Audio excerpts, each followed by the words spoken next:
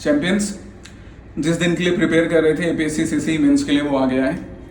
घबराने की बिल्कुल ज़रूरत नहीं है, अपनी तैयारी पे भरोसा रखो। जितना तुमने प्रिपेयर करा है वो काफ़ी है। बी कॉन्फिडेंट कि you are wise enough to answer even the most complex questions. सिखाया गया है तुमको क्लास में और तुमने भी सीखा है, इस पर अपने ऊपर भरोसा करना सीखो।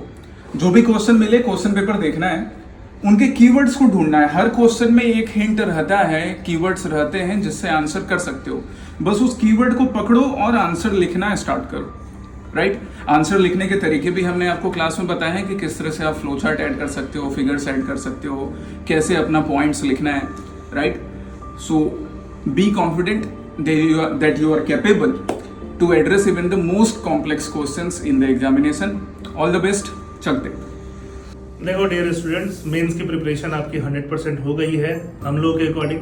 आपको में भी ऐसा लग सकता है कि सर अभी प्रिपरेशन थोड़ा टाइम और मिल जाता, थोड़ा रिवीजन और हो जाता, थोड़े आंसर्स और लिखते थे।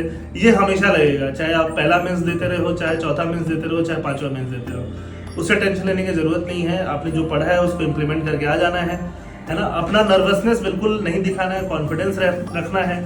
4-5 रिफिल आप पहले से तैयार कर लो, है ना। थोड़ा थोड़ा लिख के पहले से आप तैयार कर लो, जिसको डायरेक्टली आप एग्जाम में यूज करोगे। बिल्कुल नया रिफिल लेके मत जाओ, पानी वानी अपने साथ लेके जाओ। एडिक्वेट स्लीप आप मेंटेन रखो, अभी से आप टाइम से सोना स्टार्ट कर दो, स्लीप साइकिल थोड़ा सुधार लो और कॉन्फिडेंस रखो। कुछ भी दिक्कत होता है हम लोग से बात करो। All the best, you will do good. Hello all, जैसा कि आपको पता होगा आपका मेंस का एग्ज़ाम अगले 2 दिन बाद है, राइट। तो फ्यू फाइनल टिप्स हमारी तरफ से। बिल्कुल भी नर्वस होने की ज़रूरत नहीं है। मैं आपको कुछ सजेशन जीएस पेपर 2 के लिए देखूँ।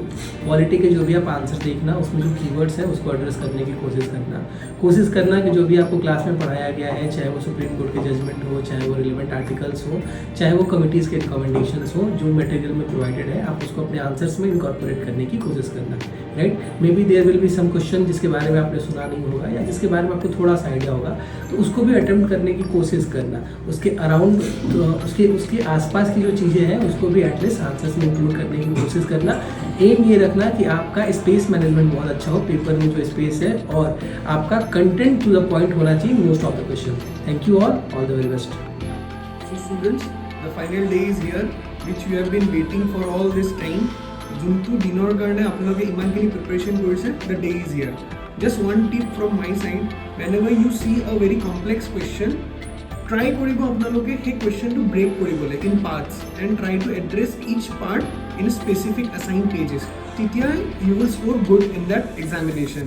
And moreover, you have done very much hard work, and I believe you will be breaking all the records for GS5 this year. So from my side, all the best and do well in your examination. Thank you.